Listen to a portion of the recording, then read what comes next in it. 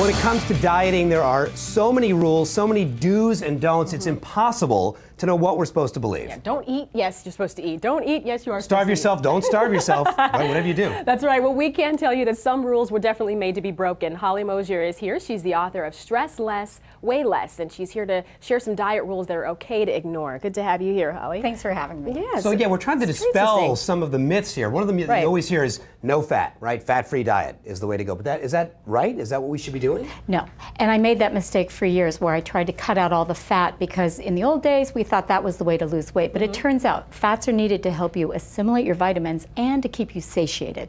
So we need them. A certain amount of fats, is that right? A certain amount, and we also want the certain kinds. So you want to minimize the bad fats, which are the saturated or animal fats. Okay. And then you want to focus on bringing in those good plant-based fatty acids, such as we have olive oil is, I call it the gold standard. Yeah.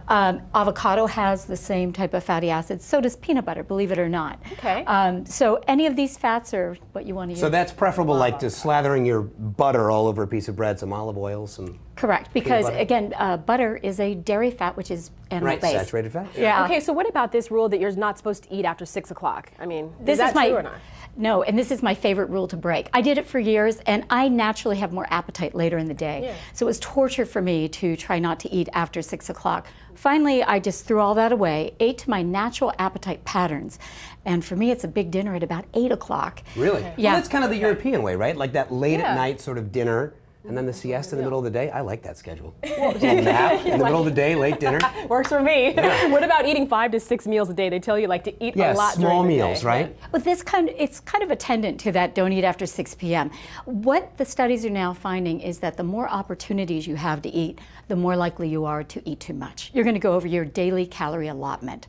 So if that is your natural appetite pattern, if you're a person who doesn't need to get full and can basically graze throughout the day, I say great, that's great. But you still want to make sure that you're not overeating at each of those times that you eat. And it's a rare person that can do that. What about these diets that say just take this out, no sugar, no carbs? Oh, I hate those. No, like hate those. You can eat anything you want, just don't do any of this. Is there any value in those that just totally eliminate one thing from your diet? Okay, now you've skipped to another rule, which I love breaking this one too. It's where we have our steak here. Yes, I don't think you should cut out any food groups.